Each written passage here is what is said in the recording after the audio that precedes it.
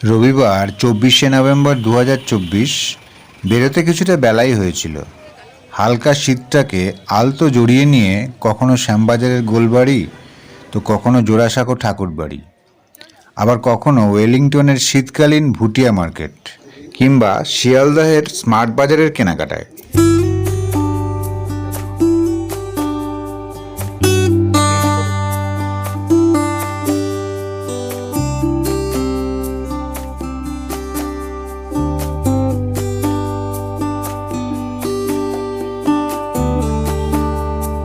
সারাদিনের টুকরো টাকরা মুহূর্তগুলো এই ভ্লগে ধরে রাখার চেষ্টা আর কি।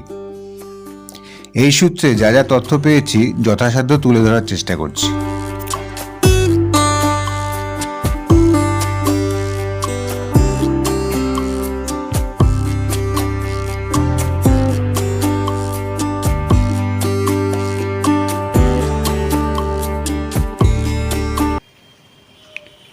প্রায় 12:30 নাগাদ বাসে উঠলাম। রোববারের বাজার, তাই বেশ ফাঁকা ফাঁকা। ল্যাদ খাওয়া গতি আর আশপাশটা দেখতে দেখতে দুলকি চালিয়ে এগিয়ে যাওয়া, এবং সেই আদিকাল থেকে, অন্তত আমার ছোটবেলা থেকে দেখে আসা একই বাস টিকিট, কোনো পরিবর্তন নেই। এভাবেই মিনিট 50 পেরিয়ে শ্যামবাজার পাঁচমাথার মোড়। ভূপেন বোস এভিনিউ থেকে বিধান সরণি পেরোতে গিয়ে একটা ঘোড়াকে দেখে মনে হলো ওটা নেতাজির ঘোড়া নয় তো? না, নেতাজির ঘোড়াটা জায়গা মতোই আছে দেখে আশ্বস্ত হলাম।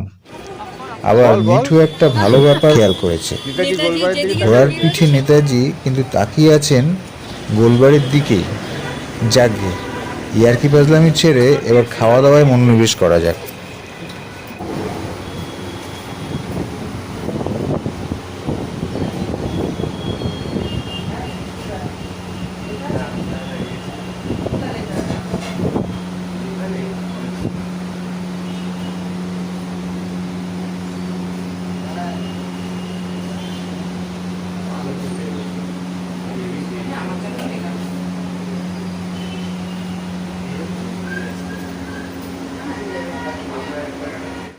একটা 24, আমরা এই যে গোলবাড়ি, শ্যামবাজারের যে বিখ্যাত গোলবাড়ি, সেই গোলবাড়িতে চলে এসেছি।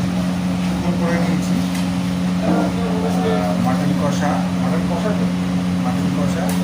দু প্লেট। অদ্ভুত একটা রেট, 277, 280 না বা 70 না বা 75 না, 77, যাই হোক 277 একটা দু প্লেটে আমরা নিয়েছি। আর পরোটা দুটো করে নিয়েছি। দেখা যাক এবার এই যদি পরে লাগে আবার বিল করে নিয়ে খেয়ে নেবো। 8 মাস ধরে আসা হচ্ছিল না, এই কলকাতায় আসার সূত্রে কিছু কাজও আছে। পরপর আসবো, আমার দেখাবো, কেনাকাটাও আছে। ওয়েলিংটনের দিকে যাবো, মানে এখান থেকে সময় পেলে রসগোল্লা যাওয়ার ইচ্ছে আছে। দেখা যাক হয় কি, এখন বুঝতে পারছি দিল।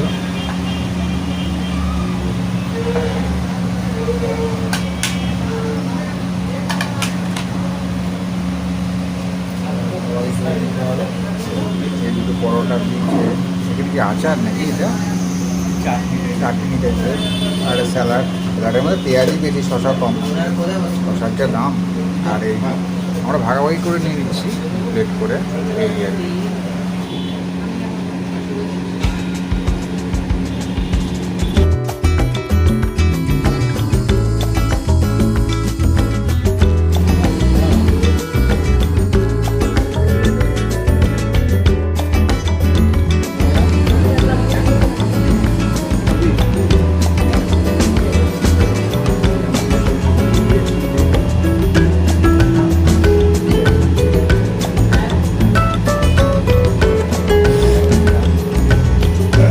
গোলবাড়ির মাটন কষার স্বাদ নিয়ে নতুন করে কিছু বলার নেই, তবে হাড় আর চর্বির সাথে মাংসের অনুপাতটা আরেকটু বেশি হলে তৃপ্তির 16 আনা পূরণ হতো, এই আর কি। চল এটাতে চল, বললাম না এটাতে যাবে। আবার বুঝলাম বাজার মোড় থেকে পেছনে দেখা যাচ্ছে ঠাকুরবাড়ি স্টপেজে নামলাম। জোড়াসাঁকো ঠাকুরবাড়ি স্টপেজ, এটা সেন্ট্রাল এভিনিউ। এই রাস্তাটা পার হতে হবে। চল পার হয়ে যাই, চল। এই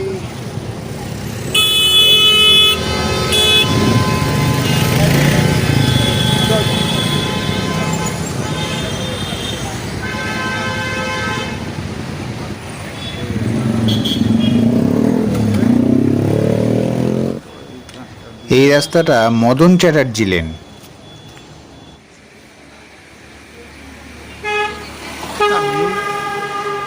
মিউজিয়ামটা সোমবার বন্ধ থাকে।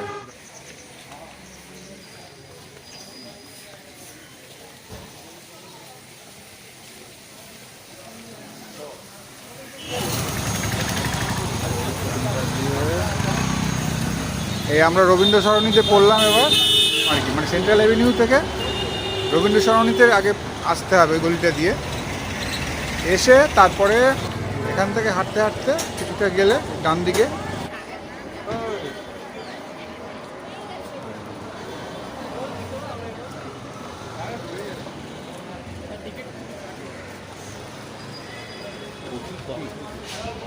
এই লেনটা হচ্ছে দ্বারকানাথ ঠাকুর লেন। রবীন্দ্রনাথ ঠাকুরের যিনি পিতামহ ছিলেন আর কি, ঠাকুরদা, তার নামে এই রাস্তাটা। ওরা ঠাকুর ওরা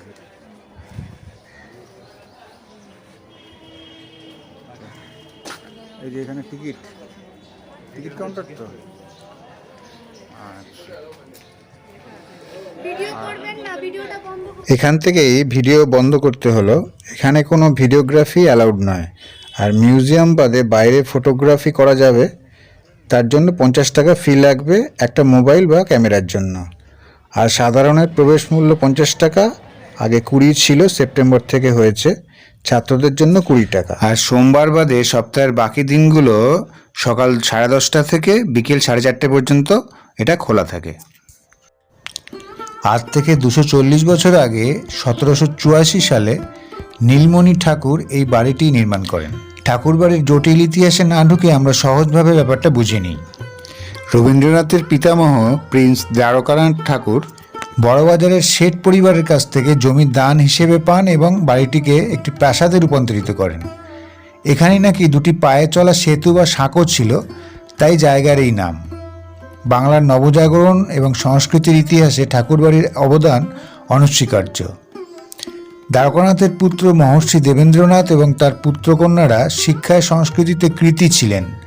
দ্বিজেন্দ্রনাথ, সত্যেন্দ্রনাথ, জ্যোতিরিন্দ্রনাথ, রবীন্দ্রনাথ প্রমুখের সঙ্গে অবনীন্দ্রনাথ, গগনেন্দ্রনাথেরা নানা কাজে তাদের স্বাক্ষর রেখে গেছেন। এই বাড়িতেই রবি ঠাকুরের জন্ম ও ছোটবেলা কেটেছে। তাছাড়া বহু সাহিত্য ও শিল্প সৃষ্টিরও সাক্ষী এই বাড়ি। এসবই মিউজিয়ামে সংরক্ষণ করা আছে। 1961 সালে রবি ঠাকুরের জন্ম শতবর্ষ উপলক্ষে পরের বছর 1962-তে রবীন্দ্রভারতী বিশ্ববিদ্যালয় স্থাপিত হয়। তবে পরবর্তীকালে মূল ক্যাম্পাস বিটি রোডের মরকতকুঞ্জে স্থানান্তরিত করা হয়েছে। তো প্রায় 5টা বাজে, চলে 5:45 বাজে আমরা বেরোলাম। আমরা কটায় ঢুকেছিলাম? 2টো না, ওই ওরকম আশেপাশে হবে। আমরা এখান থেকে এখন বেরিয়ে ওয়েলিংটন যাব। এটা তো রবীন্দ্র সরণি পার হয়ে এবার সেন্ট্রাল এভিনিউ যাব। সেন্ট্রাল এভিনিউ থেকে বাসে ওয়েলিংটনে কোন বাস যাবে? চল তাহলে। হ্যাঁ, চা খাবো। অনেকক্ষণ সময় কাটিয়ে ফেললাম এখানে, এত বড় জায়গা তো,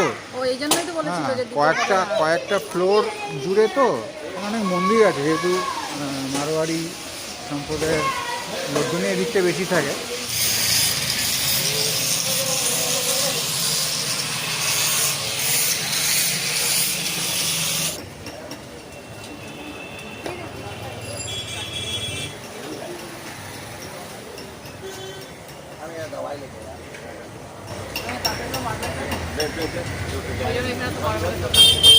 রবীন্দ্র সরণির এই চত্বরটায় অনেক মার্বেল প্যালেস আছে, অনেক মার্বেলের দোকান আছে।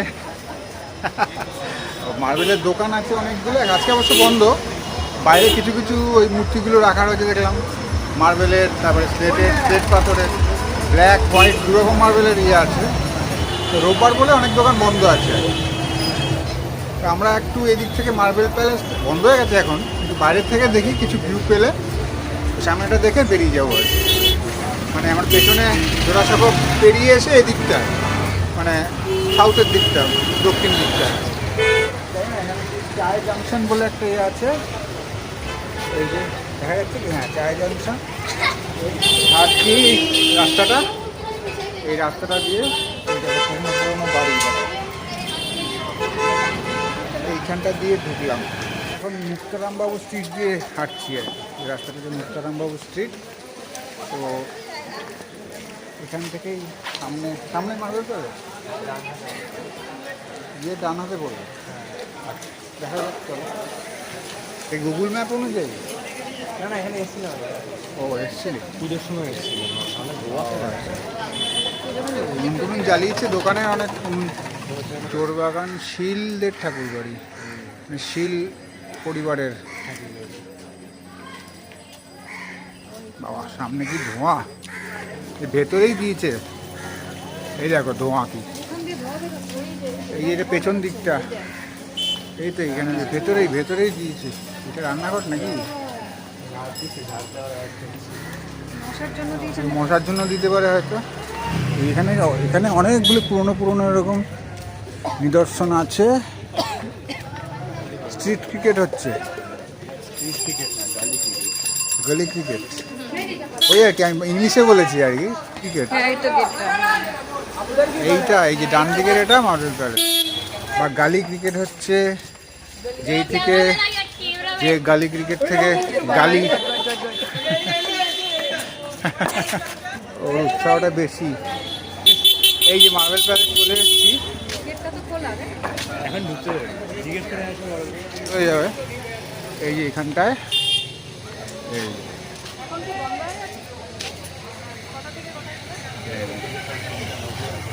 এই ভেতরে একটা বিরাট একটা প্রাসাদ দেখা যাচ্ছে, এইটাই মার্বেল প্যালেস।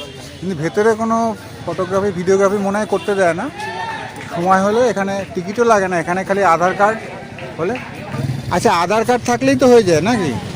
আধার কার্ড থাকলে আপনি ঢুকতে পারবেন, সেটাই বলছি। ছবিকে নিয়ে কই না ছবি দরকার নেই, ছবি বলছি না।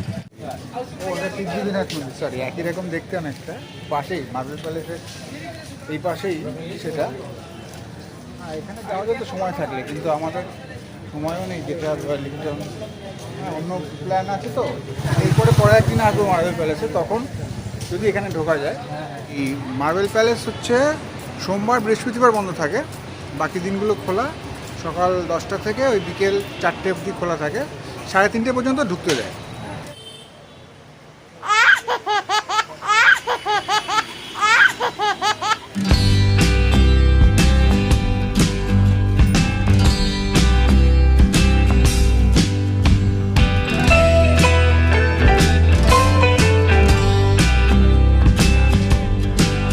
চলে এলাম ধর্মতলা বাসে করে।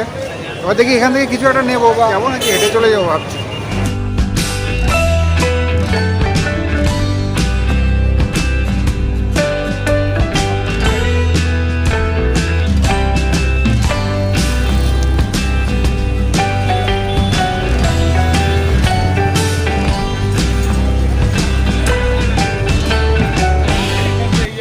তো চলে এসেছি ওয়েলিংটন। হেঁটে আসা যেত, তাও একটু এনার্জি স্টক করলাম আর কি। সারাদিন ধরে ঘুরছি তো। এই যে দোকানগুলো পেছন দিকে দেখা যাচ্ছে, একটা ফুটেই করেছে, ওই পাশটা বসে না, এই পাশটাই বসে, একটা ফুটেই বসে। আমার পেছন দিকেই হচ্ছে যেটা যে মোড়টা আর কি।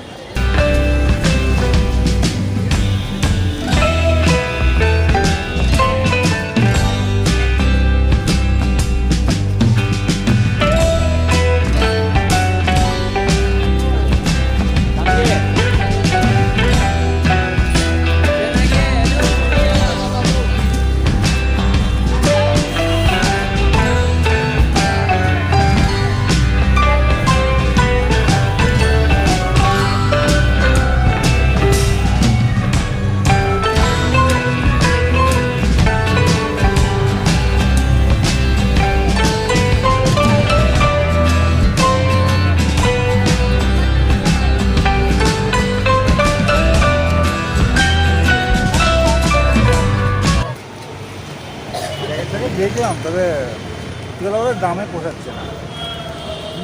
দাম অনেকটা বেশি আছে রেটটা। এখানে পাশে একটা টি স্টল আছে, এই টাকার দোকানে চা খাচ্ছি। এরপর ভেবেছিলাম হাতিবাগান মার্কেটে যাব, কিন্তু কিছুক্ষণ অপেক্ষা করে বাসের দেখা নাইরে দেখে তাইরে নাইরে করে শিয়ালদার বাসে উঠে পড়লাম। শিয়ালদায় নেমে অবশেষে স্মার্ট বাজারে এলাম। দেখা যাক কিছু সুবিধা হয় কিনা।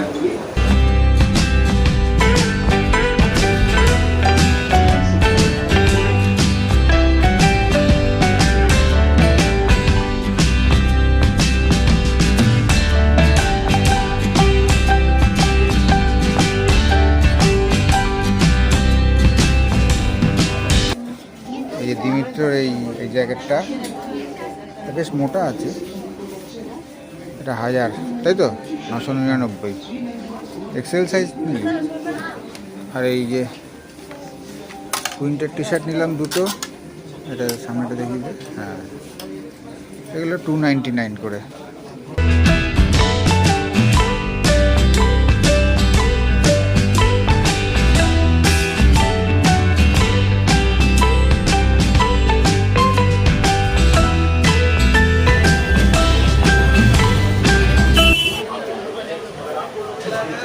কচুরি আর কি তরকারি একটা, শিয়ালদা স্টেশনের কাছেই একদম।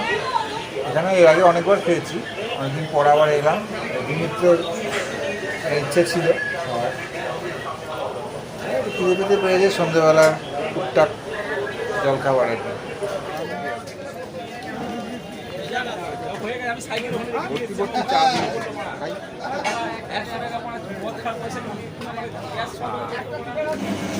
এই সারাদিন ঘুরে টুরে চলে যাচ্ছি এবার রানাঘাট লোকাল, এই 8:25-এর এটাতে সোদপুর চলে যাব।